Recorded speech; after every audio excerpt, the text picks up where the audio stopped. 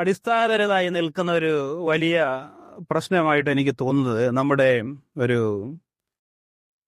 പാരിസ്ഥിതിക അവബോധം, പരിസ്ഥിതിയെ സംബന്ധിച്ച നമ്മുടെ ഒരു കാഴ്ചപ്പാട് ദുർബലമായി തീർന്നു എന്ന് പറഞ്ഞാൽ ഏതെങ്കിലും ഒരു കാലത്ത് ശക്തമായിരിക്കേണ്ടേ. നമ്മുടെ ഒരു പാരിസ്ഥിതിക ചിന്ത, കൃത്യമായൊരു രാഷ്ട്രീയ ചിന്ത വേണ്ട രീതിയിൽ വികസിച്ച് വന്നിട്ടില്ല എന്നുള്ളതാണ്. നമ്മുടെ വികസനത്തെക്കുറിച്ച് പറയുമ്പോഴും, അതുപോലെ ഫെമിനിസത്തെക്കുറിച്ച് പറയുമ്പോഴും, ഈ രീതിയിൽ വിദ്യാഭ്യാസത്തെക്കുറിച്ച് പറയുമ്പോഴും ഒക്കെ അതൊരു പാരിസ്ഥിതിക രാഷ്ട്രീയത്തിന്റെ കാഴ്ചപ്പാടിൽ കാണാൻ തക്ക സൈദ്ധാന്തികമായൊരു തെളിമയിലേക്ക് നമ്മൾ വരേണ്ടതുണ്ട് എന്നാണ് എനിക്ക് തോന്നുന്നത്. അതുമായി ബന്ധപ്പെട്ട് ഒന്ന് രണ്ട് കാര്യങ്ങൾ പറയാമെന്ന് ഞാൻ വിചാരിക്കുകയാണ്. ഒന്ന്, കാൾ മാർക്സ് പറഞ്ഞൊരു വിശകലനമുണ്ട്. അദ്ദേഹം, ഞാൻ വിശദീകരിക്കാൻ നേരിട്ട്, മെറ്റബോളിക് റിഫ്റ്റ് എന്ന് പറയുന്ന ഒരു ആശയം അവതരിപ്പിക്കുന്നുണ്ട്. മെറ്റബോളിക് റിഫ്റ്റ്, മെറ്റബോളിസം എന്ന് പറഞ്ഞാൽ നമുക്കറിയാം, ഏതൊരു ജൈവഘടനയും നിലനിൽക്കുന്നതിന് അടിസ്ഥാനമായി പ്രവർത്തിക്കുന്നതിൻ്റെ ആന്തരിക പ്രവർത്തനമാണ് മെറ്റബോളിസം. ഏതൊരു ജൈവഘടനയും നിലനിർത്തുന്ന ആന്തരിക പ്രവർത്തനമാണ് മെറ്റബോളിസം എന്ന് പറയാം. റിഫ്റ്റ് എന്ന് പറഞ്ഞാൽ വിള്ളലാണ്, നെടുകയുള്ള പിളർപ്പാണ്.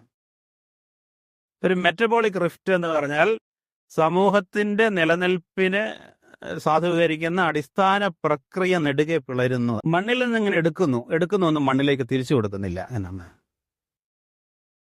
നൈട്രജൻ, ഫോസ്ഫറസ്, പൊട്ടാസ്യം എന്നൊക്കെ പറയുന്ന അംശങ്ങൾ മണ്ണിൽ നിന്ന് വലിച്ചെടുത്തുകൊണ്ടാണ് നമുക്കറിയാം ഈ നമ്മുടെ കാർഷിക വിളകളെല്ലാം വളരുന്നതും വിളവ് തരുന്നതും.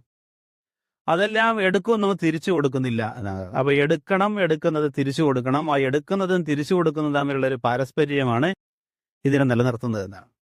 നഗരവും ഗ്രാമവും തമ്മിലുള്ള അന്തരം ഉണ്ടാകുന്ന സമയത്ത് ഗ്രാമങ്ങളിൽ ഇതെല്ലാം കൃഷി ചെയ്യുന്നു, എന്നാൽ ഗ്രാമങ്ങളിലെ ആളുകൾ ഇത് കഴിക്കുന്നില്ല, നേരെ നഗരങ്ങളിൽ ചെല്ലുന്നു. നഗരങ്ങളിൽ ചെല്ലുമ്പോഴോ ഇതിന്റെ അവശിഷ്ടങ്ങൾ തിരിച്ച് ഏത് മണ്ണിൽ നിന്നാണ് അത് എടുത്തത് അവിടെ പോകേണ്ടതിന് പകരം നഗരത്തിൽ മാലിന്യമായിട്ട് ഇത് അടിയുന്നു. കിട്ടേണ്ട സ്ഥലത്ത് കിട്ടാതിരിക്കുകയും കിട്ടേണ്ടാത്ത സ്ഥലത്ത് മാലിന്യമായി ഇത്തരം